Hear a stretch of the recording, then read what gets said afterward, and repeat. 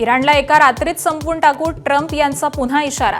इराणला उभं राहायला 100 वर्ष लागतील अशीही धमकी। होर्मुझ खुलं करण्यासाठी आज रात्री 12 पर्यंतची मुदत।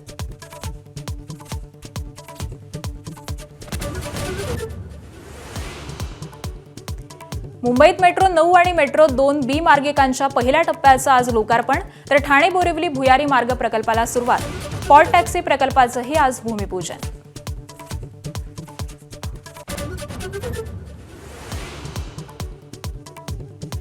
बीडच्या मस्साजोगमध्ये सरपंच पदाच्या पोटनिवडणूक प्रक्रियेला आजपासून सुरुवात। दिवंगत संतोष देशमुखांच्या कुटुंबातील सदस्याला उमेदवारी मिळण्याची शक्यता।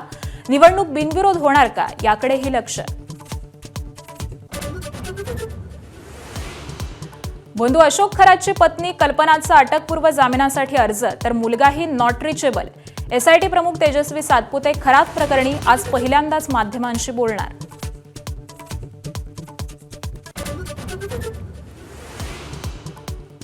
मुख्य निवडणूक आयुक्त ज्ञानेश कुमारांना हटवण्याचा विरोधकांचा प्रस्ताव लोकसभा आणि राज्यसभा अध्यक्षांनी फेटाळला। लोकसभा अध्यक्षांनी स्वतःच्या अधिकारात नाकारला प्रस्ताव।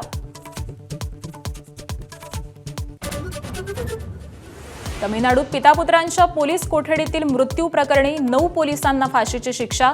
मदुराईच्या सत्र न्यायालयाचा निर्णय। 3 पोलीस अधिकाऱ्यांचा समावेश।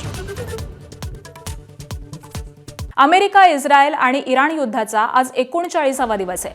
अमेरिकेचे अध्यक्ष डोनाल्ड ट्रम्प यांनी इराणला पुन्हा एकदा धमकी दिली आहे। अमेरिकेने ठरवलं तर इराणला एका रात्रीत नष्ट करू शकतो आणि ही कारवाई आज रात्री सुद्धा होऊ शकते। हे युद्ध सध्या अमेरिकेच्या इच्छेनुसार लढलं जात आहे आणि अमेरिकेकडे कमी वेळामध्ये मोठं नुकसान करण्याची शक्ती आहे, असं देखील ट्रम्प म्हणाले। ट्रम्प यांनी अमेरिकन सैन्याचं देखील कौतुक केलंय। मात्र आता ट्रम्प यांच्या इशाऱ्यानंतर इराण काय उत्तर देतं हे पाहावं लागेल।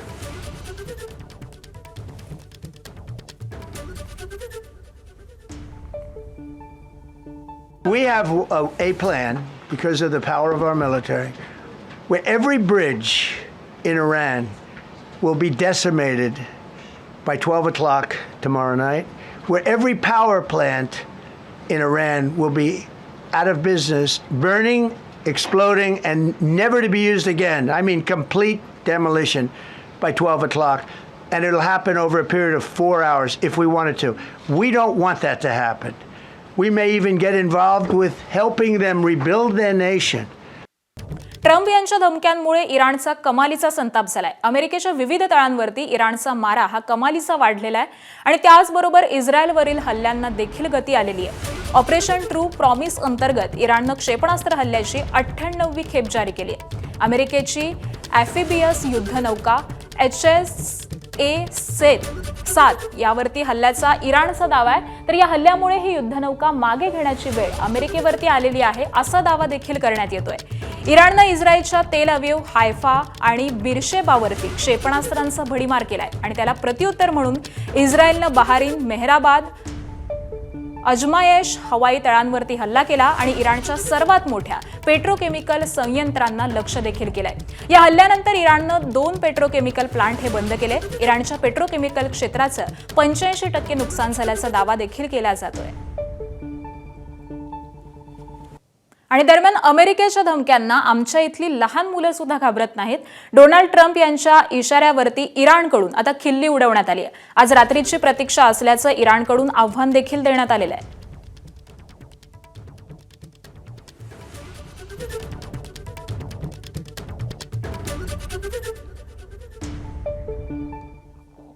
अमेरिकेचे अध्यक्ष डोनाल्ड ट्रम्प यांच्या सोशल मीडिया पोस्टवरती संयुक्त राष्ट्रांकडून चिंता व्यक्त करण्यात आली आहे। इराणनं होर्मुझ खुली न केल्यास अमेरिका त्यांचे ऊर्जा प्रकल्प आणि अन्य पायाभूत सुविधांवरती हल्ला करेल, या ट्रम्प यांच्या सोशल मीडिया पोस्टबाबत ही चिंता व्यक्त करण्यात आली आहे। संबंधित सर्वच देशांनी आपापल्या जबाबदारीचं पालन करायला हवं, असं संयुक्त राष्ट्रांचे सरचिटणीस अँटोनियो गुटेरस यांच्या प्रवक्त्यांनी म्हटलेलं आहे।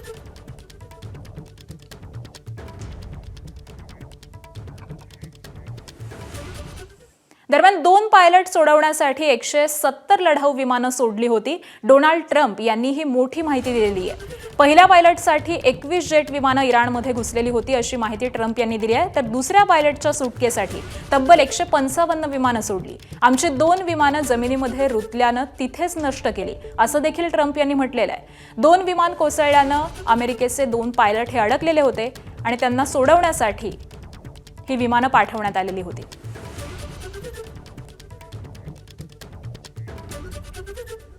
आणि 2 पायलटच्या सुटकेच्या मोहिमेची माहिती फुटल्यामुळे ट्रम्प हे काहीसे संतप्त झालेले आहेत. माहिती कुठून मिळाली ते मीडिया हाऊसेसना विचारणार असं देखील ट्रम्प यांनी म्हटलेलं आहे. गोपनीय माहिती फोडणाऱ्याची जागा तुरुंगामध्येच आहे. माहिती फोडून राष्ट्रीय सुरक्षेचा भंग केल्याचा ट्रम्प यांनी आरोप केलेला आहे. गोपनीय माहिती देणाऱ्याला मळमळ होत असावं असं देखील ट्रम्प म्हणाले.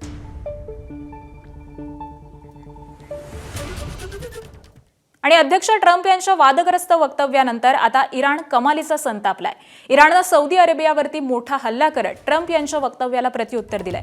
सौदीच्या अल जुबैल औद्योगिक क्षेत्रावरती इराणनं मोठा हल्ला केलाय. इराणच्या अल जुबैलवरती क्षेपणास्त्र हल्ला केलेला आहे आणि यामुळे या परिसरामध्ये मोठी आग लागली आहे.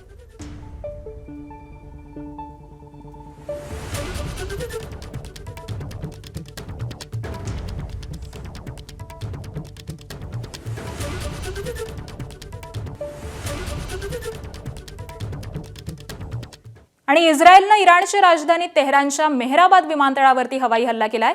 तेहरानच्या मेहराबाद विमानतळावरील हल्ल्यानंतर अग्नितांडव सुरू झालेलं आहे. तिथून आगीचे लोळ उठतात. विमानतळावरती असलेल्या प्रवासी विमानांचं मोठं नुकसान झालेलं आहे. तर हवाई हल्ल्यामध्ये ATSचं देखील मोठं नुकसान झालंय.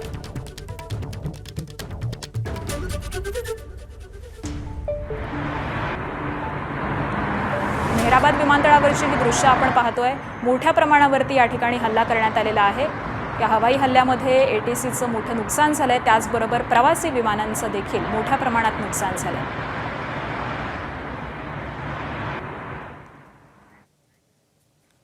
आणि आखाती देशांतील सुरू असलेल्या युद्धाच्या पार्श्वभूमीवरती भारतासाठी दिलासादायक बातमी समोर आली आहे. LPG घेऊन येणारी ग्रीन साध्वी आणि ग्रीन आशा ही 2 भारतीय जहाजं होर्मुझ समुद्रधुनी सुरक्षितपणे पार करून लवकरच भारतामध्ये दाखल होणार आहेत. या दोन्ही जहाजांवरती मिळून जवळपास 60,000 टन LPG गॅस आहे. 7 आणि 9 एप्रिलपर्यंत ही जहाजं भारतामध्ये पोहोचण्याची शक्यता आहे.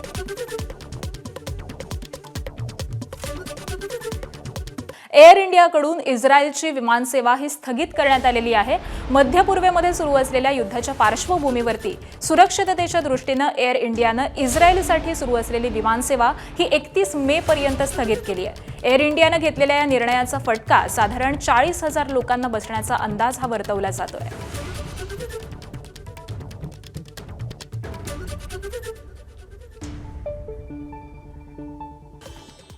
आणि दरम्यान जळगावमध्ये LPG पेट्रोलपेक्षा देखील महाग विकला जातोय.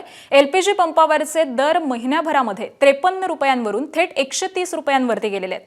पंपचालक काळा बाजार करत असल्याचा आरोप रिक्षा चालकांनी केलेला आहे.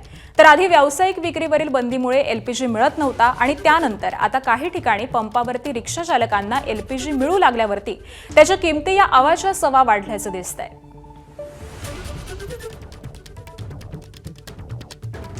जळगाव शहरातले रिक्षा चालक आपल्यासोबत आहेत. गॅस मिळतोय पण तो भाव डबल टिबलनं झाला आहे आणि चार ते 5 पंप जळगाव शहरात आहेत. तर त्यापैकी फक्त एकच पंप चालू आहे. व्यवसायामध्ये गॅस पंप हा 2-4 8 ते 10 दिवसामध्ये सकाळी जर भरला तर तो 85, लगेच दुसऱ्या दिवशी भरला तर 105, 105वरून डायरेक्ट 125पर्यंत.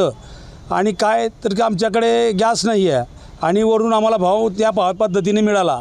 अशा पद्धतीने शासनाने ठरवून जर दिलेला असता नेम की बा हे भाव की आम्ही एक ठराविक पेट्रोल पंपावरती गॅस पंप आहे, गॅस आहे आणि म्हणून आम्ही हे भाव वाढवून दिला, असं शासनाने जर भाव वाढवून दिला असता कदापि म्हणजे आमच्यावरती पोलीस प्रशासन किंवा RTO विभाग किंवा प्रवासी मध्ये काही घुसबुस झाली नसती. एक पंप चालू असतो, एक पंप बंद असतो.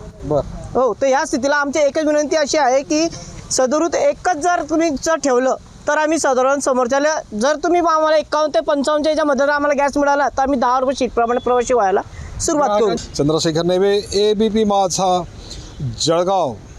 आणि यानंतर इतर काही महत्त्वाच्या घडामोडींचा आढावा घेऊयात. मंत्रालयामध्ये 6,37,000ची लाच घेताना अटक करण्यात आलेला कक्ष अधिकारी विलास लाडची एक कथित ऑडिओ क्लिप समोर आली आहे. या ऑडिओ क्लिपमध्ये लाड नाशिकमध्ये होणाऱ्या कुंभमेळ्याच्या टेंडरबाबत धक्कादायक विधान करताना दिसतोय.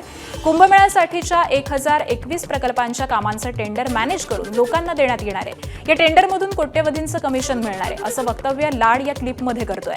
राज्य आणि केंद्र सरकारचा मिळून 1,500 कोटींचा निधी आलाय आणि त्यामधून कोट्यवधींच्या कमिशन बाजीचा दावा लाड करताना दिसतोय. दरम्यान या व्हायरल ऑडिओ क्लिपची पुष्टी एबीपी माझा करत नाही. लाड याला मंत्रालयामध्ये 6,37,000ची लाच घेताना अटक करण्यात आली आहे. त्याला 8 एप्रिलपर्यंत पोलीस कोठडी सुनावण्यात आली आहे. तर दुसरीकडे एसीबीनं केलेल्या छापेमारीमध्ये लाडच्या घरामधून 2 लाखांची रोकड देखील सापडली आहे. आपल्याला खूप मोठं काम मिळालंय टेंडरिंगचं. हो हो हो आणि त्याच्यात 1024 प्रकारचे टेंडरिंग आहेत. तुझे जेवढे ओळखीचे लोक आहेत ना हो हो त्यांना आपलं मॅनेज करून टेंडर देणार विषय आहे. फक्त कोणाला म्हणू नको. नाही. सिंहस्थ कुंभमेळा नाशिक 2027 अरे बाबा. जानेवारी. हो हो हो 15,000 कोटीचं बजेट आहे टोटल. 15,000 कोटी. 15 कोटी नाही 15,000 आणि कोटी. अरे बापरे. हे आता आलं हा म्हणजे सगळं झालंय. केंद्रानं दिले काही राज्यांनी काही निधी येऊन पडलाय अकाउंटला. त्याच्यामुळे आपल्याला 1.5 वर्षामध्ये इतके काम आहेत. मी सध्या 3 कामं घेतले तुला शॉर्ट मध्ये सांगतो. हो हो आणि मला 500 कोटीचा मला कोटा आलाय कामाचा. तर 500 कोटीत आपण काय काय टेंडर आतापर्यंत जवळपास 78 ते 80 कोटीचं मी कामं घेतले हो हो मंजूर करून. हो हो त्याची ट्रेंड आपल्याच माणसाला. आता मी सध्या टेंट ही टॉयलेटचं एक घेतलंय आणि एक घेतलंय नाश्ता आणि जेवण्याचं. हो हो हो बीडमध्ये आजपासून पुन्हा एकदा निवडणुकांची रणधुमाळी पाहायला मिळणार आहे. जिल्ह्यातील 16 सरपंच आणि 72 सदस्य अशा एकूण 88 जागांसाठी पोटनिवडणुकीची प्रक्रिया ही आजपासून सुरू होणार आहे. 13 एप्रिलपर्यंत उमेदवारी अर्ज दाखल करता येणार आहे. या सगळ्या निवडणुकांमध्ये सगळ्यांचंच लक्ष असणार आहे ते मस्साजोगच्या सरपंच पदाच्या निवडणुकीकडे. सरपंच संतोष देशमुख यांच्या निर्घृण हत्येनंतर रिक्त झालेल्या सरपंच पदाच्या पोटनिवडणुकीची प्रक्रिया ही आजपासून सुरू होणार असून मस्साजोगचा नवीन कारभारी कोण याकडे संपूर्ण राज्याचं लक्ष लागलंय. दरम्यान संतोष देशमुख यांच्या निधनानंतर त्यांचे बंधू धनंजय देशमुख हे सक्रिय आहेत. सरपंच पदासाठी कुटुंबातील एखाद्या सदस्याला किंवा पत्नीला उमेदवारी मिळण्याची दाट शक्यता आहे. मात्र मस्साजोगचे ग्रामस्थ ही निवडणूक बिनविरोध करून संतोष देशमुख यांना आदरांजली वाहणार की विरोधामध्ये उमेदवार असणार हे पाहणं महत्त्वाचं ठरणार आहे. 28 एप्रिलला मतदान आणि 29 एप्रिलला मतमोजणी होणार आहे. बीडच्या मस्साजोगमधील सरपंच संतोष देशमुख हत्या प्रकरणी आज सुनावणी होणार आहे. आज सकाळी 11 वाजता जिल्हा विशेष सत्र न्यायालयामध्ये ही सुनावणी पार पडेल. मागील सुनावणीमध्ये आरोपींच्या वकिलांना डिजिटल पुराव्याचा पेनड्राईव्ह देण्यात आला होता. दरम्यान आजच्या सुनावणीमध्ये पेनड्राईव्हमध्ये असलेल्या पुराव्यांवरून युक्तिवाद केला जाईल.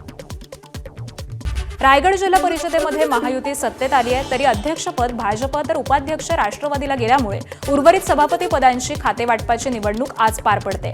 रायगड जिल्हा परिषदेमध्ये सर्वाधिक जागा निवडून आलेल्या शिवसेनेला जिल्हा परिषदेचं अध्यक्षपद न मिळाल्यामुळे अर्थ आणि बांधकाम सभापती पदासाठी शिवसेना आग्रही आहे. भाजप हे महत्त्वाचं सभापतीपद शिवसेनेला देणार का याकडे आता सगळ्यांचंच लक्ष लागून राहिलंय.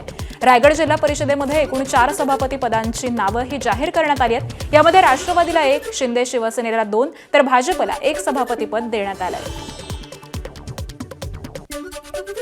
कधी काळी माओवाद्यांचं माहेरघर अशी ओळख असलेलं कमलापूर गाव हे आता महाराष्ट्राचं महत्त्वाचं पर्यटन डेस्टिनेशन म्हणून विकसित होऊ लागलंय. महाराष्ट्र, छत्तीसगड, तेलंगणा या 3 राज्यांच्या सीमेवरती वसलेल्या कमलापूरमध्ये वनविभागाचे अनेक दशकांपासूनचे हत्ती कॅम्प आहेत. इथले हत्ती हे नव्या जोमानं फक्त महाराष्ट्रातच नाही तर शेजारील तेलंगणा, आंध्र प्रदेश आणि छत्तीसगड इथल्या पर्यटकांना आकर्षित करतात. कमलापूरमध्ये गेल्या वर्षभरामध्ये 10,000 पेक्षा जास्त पर्यटकांनी या स्थळाला भेट दिली आहे. या गावामध्ये 1984 मध्ये माओवाद्यांची एक मोठी परिषद पार पडली होती आणि त्यामध्ये दिग्गज माओवादी नेत्यांनी सहभाग नोंदवला होता. परिसरामध्ये आपली दहशत कायम ठेवून पकड घट्ट करण्यासाठी 2012 आणि 2019 मध्ये नक्षलवाद्यांनी या हत्ती कॅम्पमध्ये प्रचंड तोडफोड आणि जाळपोळ करत वनकर्मचाऱ्यांना प्रचंड मारहाण केली होती. कॅम्प उद्ध्वस्त करण्याचा प्रयत्नही केला होता. अशा घटनांमुळेच अप्रतिम निसर्ग सौंदर्य असताना देखील पर्यटक या भागामध्ये फिरकत नव्हते. मात्र आता गडचिरोलीतील माओवाद संपुष्टात आल्यानंतर पर्यटक उत्साहानं कमलापूरमध्ये येत आहेत. कधी काळच्या माओवाद्यांच्या बाले किल्ल्यामधून पर्यटनाचा एक्सक्लुझिव्ह वाढा घेत इथल्या पर्यटकांशी बातचीत केली आमचे प्रतिनिधी रजत वशिष्ठ यांनी. पाहूयात.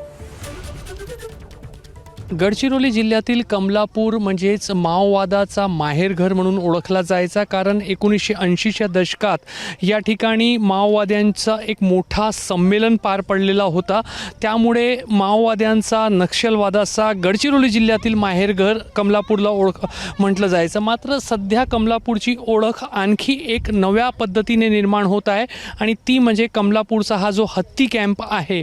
या हत्ती कॅम्पमध्ये सध्या 10 हत्ती जे आहेत ते आहेत आणि निसर्गरम्य वातावरणामध्ये या हत्तींना या ठिकाणी जंगलामध्ये मोकळं सोडलं जातं आणि त्यामुळे या ठिकाणचे जे हत्ती आहेत त्यांची वाढ जी आहे ती चांगली होते असं अनेक वन्यजीव तज्ज्ञांचं म्हणणं आहे. या ठिकाणातून अनेक हत्ती जे आहेत ते ताडोबा आणि राज्यातील इतर जे वनक्षेत्र आहेत त्या ठिकाणी पाठवण्यात आले आणि त्या कमलापूरमधून जे हत्ती पाठवण्यात आले त्यांचे वंशवाढ जी आहे ती त्या जंगलामध्ये झाली, ताडोबामध्ये झाली, इतर ठिकाणी झाली. आता याला आपण म्हणजे चांगल्या अगोदर तर होतच हा म्हणजे एरिया एक हत्ती कॅम्पसाठी कमलापूर आपल्या हत्ती कॅम्पसाठी खूपच जास्त प्रसिद्ध आहे. शिवाय आता याला चांगल्या प्रकारचं डेव्हलपमेंट आणि त्याला ह्या डेव्हलपमेंटला लागणारी गती जे डॉक्टर धर्मराव बाबा आत्राम आहे यांच्या मार्फत होऊन राहिलेली आहे. इथला जो वातावरण आहे तो पर्यटकांना आवडत आहे. आता गरज आहे सरकारने कमलापूरची एक जी जुनी ओळख होती ती पुसून काढावी आणि याला एक चांगल्या पर्यटन क्षेत्राच्या स्वरूपामध्ये विकसित करावं. कॅमेरामॅन अतुल हिरडेसह रजत वसिष्ठ, ABP माझा, कमलापूर, गडचिरोली. आणि दरम्यान कमलापूर इथले हत्ती कॅम्प हे मुळीच हटवू नये, इथले हत्ती कुठेही पाठवू नये अशी मागणी जनसंघर्ष समितीच्या दत्ता शिर्के यांनी केली आहे. कमलापूरची पहिली जी ओळख होती ती नक्षल्यांचं माहेरघर म्हणून, आणि ते मिटवण्याचं काम कोणी केलं असेल तर या हत्ती कॅम्पने केलं आहे. म्हणून एवढं मोठं अचिव्हमेंट आहे की जी जुनी ओळख आहे जी चुकीची होती ती म्हणजे मिटवण्याचं काम या हत्ती कॅम्पने केलं आणि त्याचं संवर्धन झालं पाहिजे. पण काय की काही माध्यमातून ते हत्ती नेण्याचा प्रयत्न झाला, जामनगरला घेऊन जाणार होते, त्याचं संवर्धन तिथे करण्यापेक्षा इथेच केलं आणि चांगल्या पद्धतीने केलं तर इथे पर्यटन क्षेत्र वाढू शकतं, इथे लोकांना रोजगार मिळू शकतं. आणि असा प्रयत्न इथे झाला पण आम्ही त्याला हाणून पाडलं की बा ते दिलं. शेवटी कोर्टात जावं लागलं. कोर्टाने मग आदेश दिल्यानंतर हे सगळं प्रक्रिया थांबली आणि मग हे हत्ती इथे राहिले. आणि याच कमलापूरचा इतिहास नेमका काय आहे आपण ग्राफिक्सच्या माध्यमातून जाणून घेऊयात. गडचिरोलीतील आलापल्लीच्या जंगलातील उत्कृष्ट सागवानासाठी हे प्रसिद्ध आहे. इथलं सागवान जगभर विकण्यासाठी इंग्रजांनी हत्तीचा वापर केला. घनदाट जंगलातील दऱ्याखोऱ्यातून हत्ती अत्यंत वजनी लाकडाचे ओंडके न्यायचे. स्वातंत्र्योत्तर काळात देखील इथे हत्तींचा वापर हा सुरूच होता. 2010 नंतर हत्तींचा वापर थांबला, पण हत्तींचे कॅम्प म्हणून कमलापूर कायम राहिलं. 2001 आणि 2008ला ताडोबा, पेंचमध्ये जंगल सफारीसाठी कमलापूरचे हत्ती नेले. कमलापूरमध्ये सध्या 9 हत्ती आहेत तर 2 हत्ती 90 वर्षांपेक्षा जास्त वयाचे आहेत. कमलापूरची शुद्ध हवा, भरपूर पाणी आणि प्रचंड हिरवा चारा हे हत्तींच्या दीर्घायुष्याचं गमक आहे. 2022 मध्ये हत्तींना वनताराला पाठवण्याचे प्रयत्न पण कडाडून विरोध दर्शवण्यात आला. ABP माझा, उघडा डोळे बघा नीट.